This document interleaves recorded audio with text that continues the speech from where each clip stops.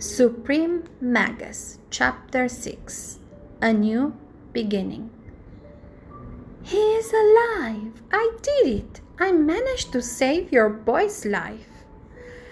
After the midwife triumphantly said those words, the room exploded in cheers and tears of joy.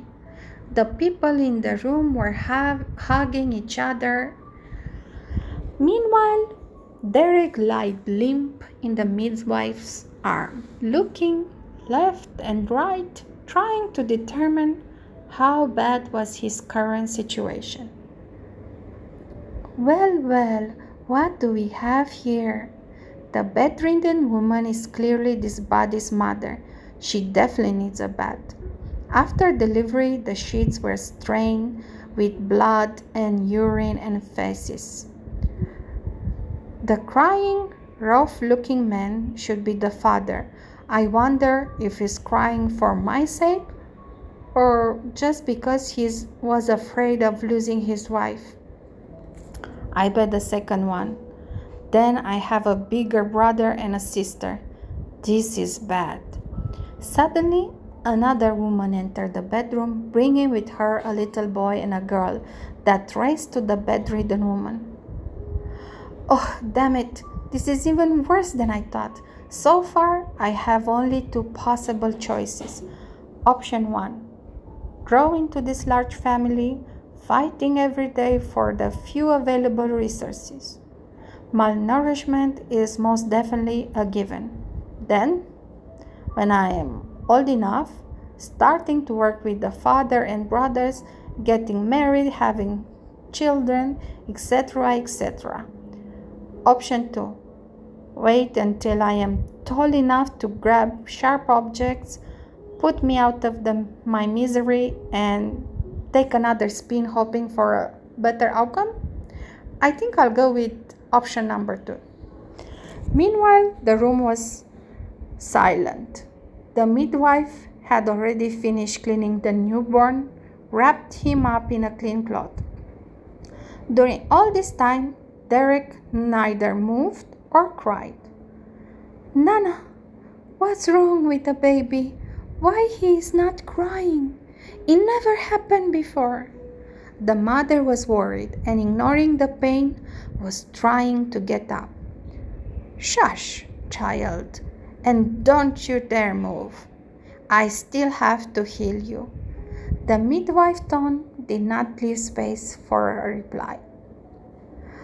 I deliver dozens of children, and a silent one is rare, but nothing special. Do you want to see how strong he is? There you go. She unwrapped him from the cloth and, while holding him gently, gave a little spanking to force him to cry. Derek grunted a little while staring at her in dismay.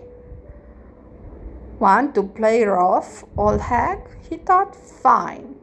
You just triggered my trap card. Twin flood, activate. And out of the blue, he relieved both his bowels and bladder. Derek started giggling loudly. Well, this wasn't exactly what I was expecting, but as you can hear for yourself, this little imp is breathing just fine. The midwife handed the baby to another woman to clean him. Derek kept giggling, proud of his work. After washing her face with warm water and a cloth, the old hag moved her left index finger, drawing a circle in the air, striking it through the middle from right to left. Then she pronounced a single word, Ekidu. A black energy manifested from her fingertip. She produced to point it over her wet dress and then over her shoes. The smell of feces and urine suddenly disappeared, and so did their source. With his mouth agape in shock, Derek watched as his poop would dry and crumble, turning into dust. It was akin to watching one of those fast-forward videos where in 1 minute you could see a seed becoming a flower. Heinsberg Bird! She is not just an old midwife. She is a real magician in the flesh. I have never been so happy in my whole 3 lives of being so dead wrong. Derek was ecstatic, and not only because that world had magic, but also because as soon as he heard the word Ekidu, he felt something clicking inside of him, like something deep inside him had started taking root and suddenly had become ingrained in the very fabric of his new reality. He started repeating obsessively the magic word in his mind and trying to engrave in his memory every detail of the circular finger movement. Now that I am clean, let me stop that bleeding, dear. The healer approached the mother and placed her hands above her nether regions. Is it time for another magic? Show me, please, Derek begged in his mind. Nana first spread her fingers wide, then started to move both arms in circular motion, first up over her head, then he opened her arms as much as she could before joining her hands, palm against backhand, at her navel's height. Venire lachat. Derek, all wrapped up, tried to mimic all her movements, memorizing every single detail he could grasp, no matter how small. A sphere of light enveloped Derek's mother's lower body, and she quickly recovered her complexion. The pale skin reverted to a healthy pink, while all the traces of pain and fatigue disappeared from her face. Once again, something clicked inside him. After the dark magic, he could clearly feel that simply by hearing the power word, a connection had been established between him and light magic. Derek could not stop grinding. If, and I say if, I have enough magical talent, it would mean there is actually a third hidden option, he thought, and I can become a magician and live free for the first time in my life. No shackles, no responsibility. But it's better not to get over enthusiastic. With my like, I could just have a poor talent or... His reasoning was abruptly interrupted.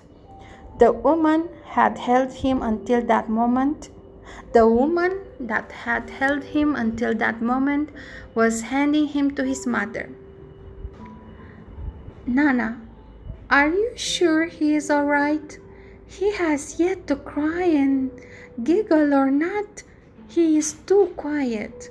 With all that happened, I am really afraid that something is wrong with him. After those words, the noisy room turned gloomy. Afraid that he was somehow responsible and quite eager to explore option number 3, Derek did his best baby impression, giggling, smiling, and doing raspberry sounds. Nana felt her professional pride hurt by such allegation, but it wasn't her first time with an anxious mother. She knew Elena since she was still a child and had delivered all her babies. Nana could not deny that this delivery had been one of the most difficult of her career. The labor had lasted hours and she had been forced to cast healing spells multiple times to stop the bleeding.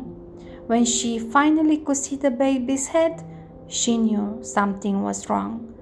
Elena was fighting with all her strength, but the baby was limp, So she had rushed and used her hands to pull out the baby as fast as possible, only to discover that he was being strangled by his own umbilical cord. After cutting it and removing it, she had tried all her best spells, but to no avail. For a whole terrible minute, Nana had believed the child was lost. But then, the healing light had finally activated, forcing the baby to puke, clearing his airway. Then and only then Nana started affording the luxury of relaxing. Healing magic was no miracle. It could enhance the life force of the patient, making easier to recover from an illness or healing from an injury, but it could not create life.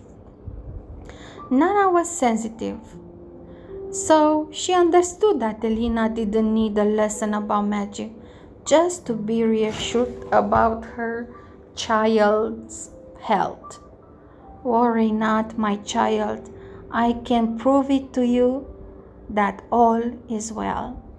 With a warm smile, she caressed Elena's cheek and took Derek from her arms, removing the cloth like she was revealing a treasure. Nana carefully adjusted Derek in the crook of her left arm. Then she circled her open right hand all around him and said, Venire Ratu.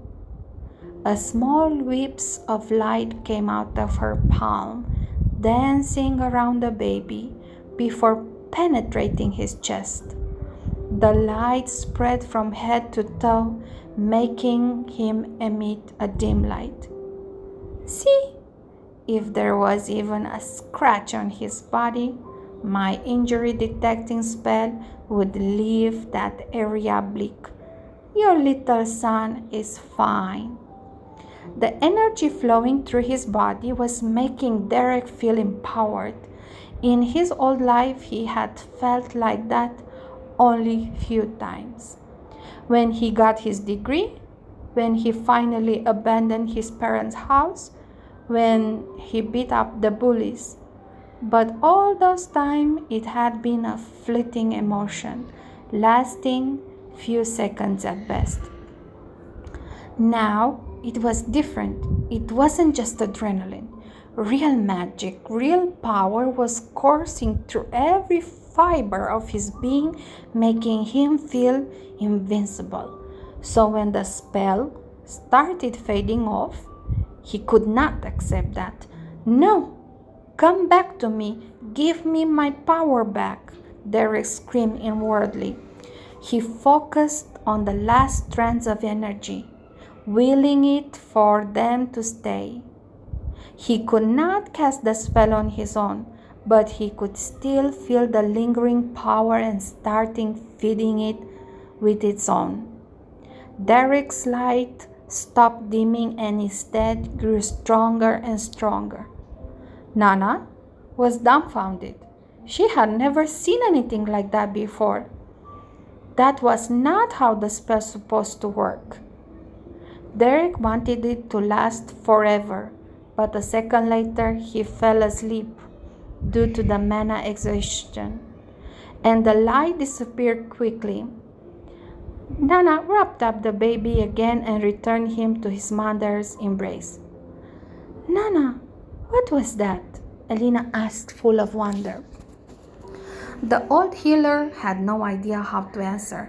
Many possibilities popped in her head, and all of them would require long explanation that would needlessly make Elena worry and maybe even forcing Nana to repeat the spell. It had been a long day, and she had no intention of prolonging it even a second more than necessary. So she borrowed a line from her childhood's favorite fairy tale.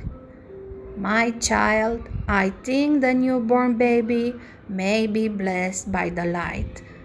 There is no need to worry, only to rejoice.